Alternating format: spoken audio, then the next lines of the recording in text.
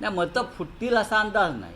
हां काही मतांच्या संदर्भात जो संशय होता, हां आणि हा संशय देशभरातला आहे, तो काय एका राज्यातला नाही ना.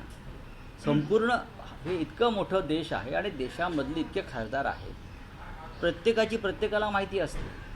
कोणी कोणाला फोन केलेत, कोण कोणाला भेटलेलं आहे, कोणी कोणाला चहाला बोलवलेलं आहे. हां, त्यांच्याकडे पेगासिस असेल, आमच्याकडे बरंच काही ॲक्सेस असतात ना. नाही, पण राऊतसाहेब त्यात शिंदे शिवसेनेचे खासदार किंवा नेते असं म्हणतात की महाराष्ट्रातून मतं कुठली आहेत, अजिबात त्यात नाही. शिवसेना युबीटीची 5, एलसीपीची 2 असाही दावा केला जातो. नशीब ते शिवसेना माननीय उद्धव ठाकरे पक्षाची 25 मतं फुटली असं बोलत नाही, आणि पवारसाहेबांची 27 मतं फुटली असं बोलत नाही. असं विधान करणाऱ्यांचा मेंदू गुडघ्यातसुद्धा नाही, त्यांना मेंदूच नाही. हे कोण लागून गेलेत आमची मतं फोडणारे? हे तुम्ही निष्ठावंत जे राहिलेत आमच्या पक्षामध्ये ताकदीनं, त्यांचा अपमान करताय सगळ्यांचा.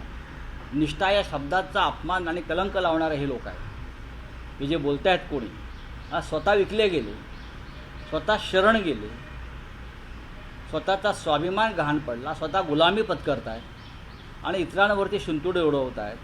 हे जे कोणी लोक आहेत शिंदे गटाचे वगैरे, त्यांना सांगा जाऊन फार शहाणपणा करू नका.